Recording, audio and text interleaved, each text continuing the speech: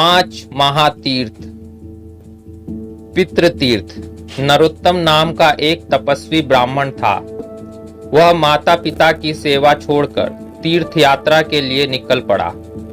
तीर्थ सेवन की महिमा से उसके गीले कपड़े आकाश में सूखते थे। इस चमत्कार से उसके मन में अभिमान उत्पन्न हो गया।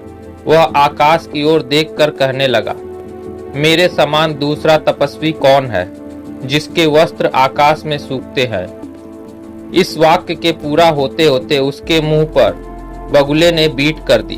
ब्राह्मण क्रोध से आग बबूला हो गया। उसने बगुले को श्राप दे दिया, जिससे वह जलकर भस्म हो गया। इस श्राप से ब्राह्मण की तपस्या नष्ट हो गई, जिससे उसके वस्त्र का आकाश में सूखना बंद हो गया। इस घटना से ब्राह्मण को मर्म तक वेदना हुई। तब आकाशवाणी हुई, ब्राह्मण, तुम मुख चांडाल के पास जाओ, वहां से तुम्हें धर्म का ज्ञान प्राप्त होगा। ब्राह्मण मुख चांडाल के पास पहुंचा। उस समय मुख चांडाल अपने पिता माता की सेवा में तन्मय था। इस सेवा से प्रसन्न होकर भगवान विष्णु उसके घर में निवास करते थे। माता पिता की सेवा की महिमा से उसका घर बिना खंभों के आकाश में टिका हुआ था। यह देखकर ब्राह्मण को महान आश्चर्य हुआ। उसने मुख चांडाल से आकाशवाणी की बात सुनाई और प्रार्थना की कि आप मुझे ज्ञान उपदेश दें। मुख ने नम्रता के साथ कहा, देवता, आप थोड़ी देर प्रतीक्षा कीजिए। मेरी सेवा से माता पिता को संतोष हो जाएगा, तब मैं आपकी सेवा करूंगा। इतना सुनते ही ब्राह्मण क्रोध में आ गया और उसकी भत्सना करने लगा। अंत में मुख को कहना पड़ा कि मैं बगुला नहीं हूं कि आपके जलाए जल जाऊंगा। आपको जल्दी है तो पतिव्रता के पास जाइए, उससे आपका काम सिद्ध हो जाएगा। ब्राह्मण जब पतिव्रता के घर की ओर बढ़ा, तब विष्णु भगवान जो ब्राह्मण के रूप में मुख के घर में बैठे थे, उसके साथ हो लिए। पति तीर्थ। नरोत्तम ने ब्राह्मण से पूछा, तुम ब्राह्मण होते हुए भी चांडाल के घर में क्यों रहते हो? भगवान ने कहा, अभी तुम्हारा अंतकरण पवित्र नहीं है, पीछे तुम पहचान जाओगे। भगवान ने पतिव्रता के संबंध में नरोत्तम को बतलाते हुए उसकी असीम शक्तियों की प्रशंसा की।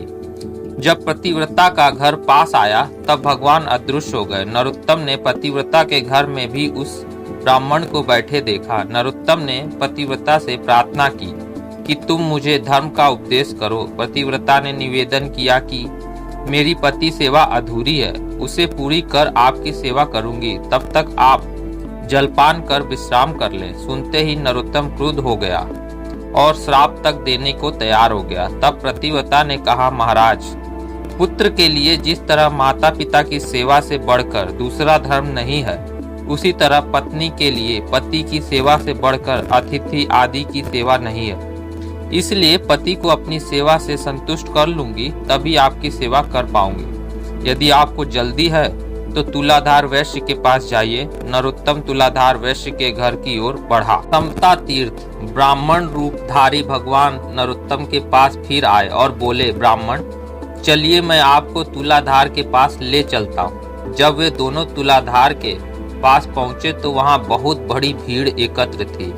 बहुत से पुरुष और स्त्री उसे चारों ओर से घेरे खड़े थे। ब्राह्मण को आया देखकर तुलाधार ने मीठी वाणी में पूछा, दिव्य श्रेष्ठ, आपका यहाँ कैसे पधारना हुआ?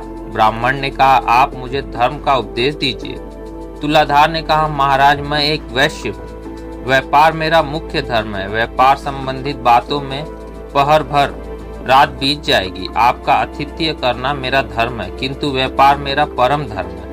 उस परम धर्म के पूरा होने पर ही मैं आपकी सेवा कर सकूंगा। अतः आप धर्माकर के पास जाएं। मैं व्यापारियों की गुत्थियां सुलझा रहा हूँ। इस तरह व्यापारियों में समरूप से व्यस्त परमेश्वर की ही सेवा कर रहा हूँ। नरोत्तम वहां से आगे बढ़ा और भगवान उसके साथ हो लिए। नरोत्तम ने ब्राह्मण रूपधारी भगवान से पूछा, तुलाधार में क्या विशेषता है? भगवान ने बताया कि वह तुलाधार अपने वैश्य धर्म में स्थित रहकर सब प्राणियों में भगवान को देखता हुआ वैश्य धर्म का व्यवहारिक उपदेश देता रहता है। इस तरह प्रातः से रात तक सबका भला करता रहता है। चौथा है अद्रोहक तीर्थ। नरोत्तम ने ब्राह्मण से धर्माकर का परिचय पूछा। भगवान ने बतलाया, एक बार एक राजकुमार को कहीं बाहर जाना था।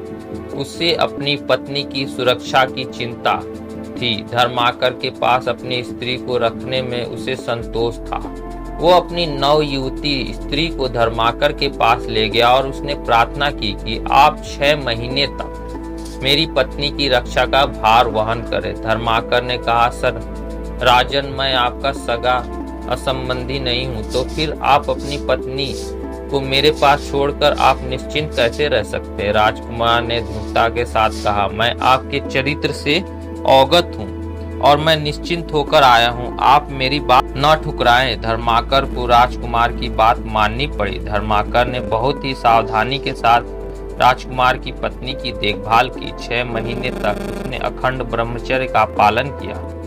उसकी साध्वी पत्नी भी पति के कार्य में प्रसन्नता पूर्वक हाथ बटा रही थी। 6 महीने बाद जब राजकुमार परदेश से लौटे तब सीधे धर्माकर के पास आए। रास्ते में लोग कई तरह की बातें कर रहे थे। किसी ने राजकुमार से कहा, भाई तुमने अपनी स्त्री धर्माकर को सौंप दी है, वो अपने आप को कैसे संभाल सकता है? यही बात बहुत से लोग दोहरा रहे थे। धर्माकर तो सब कुछ जान ही लेता था।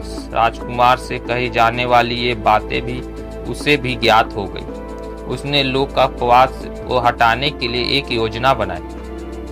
अपने दरवाजे पर लकड़ियों का एक ढेर लगवाया और उसमें आग लगा दी। ठीक इसी समय राजकुमार उसके पास पहुंचा। राजकुमार ने धर्माकर और अपनी पत्नी को देखा। दोनों बैठे हुए थे।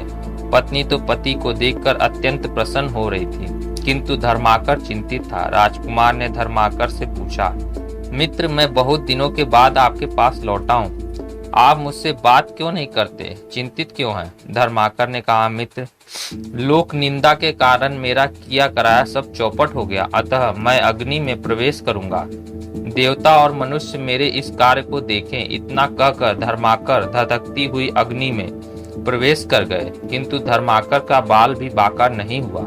आकाश से देवता लोग साधुवाद देते हुए फूलों की वृष्टि करने लगे। जिन लोगों ने धर्माकर के संबंध में झूठी निंदा उड़ाई थी, उसके मुंह पर कोढ़ हो गया। देवताओं ने प्रकट होकर धर्माकर को आग से निकाला और मालाएं पहनाई। तब से धर्माकर का नाम सज्जना दोहक हो गया, क्योंकि धर्माकर किसी से द्रोह नहीं करते थे, शत्रु से भी प्रेम का व्यवहार करते थे। देवताओं ने राजकुमार से कहा, तुम अपनी इस पत्नी को स्वीकार करो। इस समय इस सज्जन द्रोहक के समान पृथ्वी पर कोई अन्य पुरुष नहीं है जिसने काम और लोभ पर इस तरह विजय पाई हो। देवताओं ने सबके सामने सज्जन दोहक की बुरी बुरी प्रशंसा की और अपने अपने विमानों में बैठकर देवलोक पधार गए। राजकुमार ने अद्रोहक से अपनी कृतज्ञता प्रकट की और पत्नी के साथ राजमहल लौट आए। भगवान ने जब यह कथा समाप्त की तब अद्रोहक का घर समीप आ गया था। भगवान ने नरोत्तम को अद्रोहक के पास भेजा और स्वयं अंतर्निहित हो गए।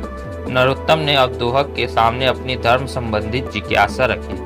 अद्रोहक ने नरोत्तम का आतिथ्य किया और समझाया कि आप वैष्णव सज्जन के पास जाइए, उनसे आपकी सब कामनाएं पूरी हो जाएंगी। 5वां है भक्ति तीर्थ। नरोत्तम वैष्णव के घर की ओर जब बढ़ा तब ब्राह्मण रूपधारी भगवान पुनः मिल गए। नरोत्तम ने भगवान से पूछा कि जिस वैष्णव सज्जन के पास हम चल रहे हैं उनकी क्या विशेषताएं हैं? भगवान ने समझाया कि वैष्णव भगवान में अनन्य प्रेम करता है, इसलिए भगवान उसके मंदिर में प्रत्यक्ष रूप से विद्यमान रहते हैं। जब वैष्णव सज्जन का घर समीप आया तब भगवान पुनः अंतर्निहित हो गए।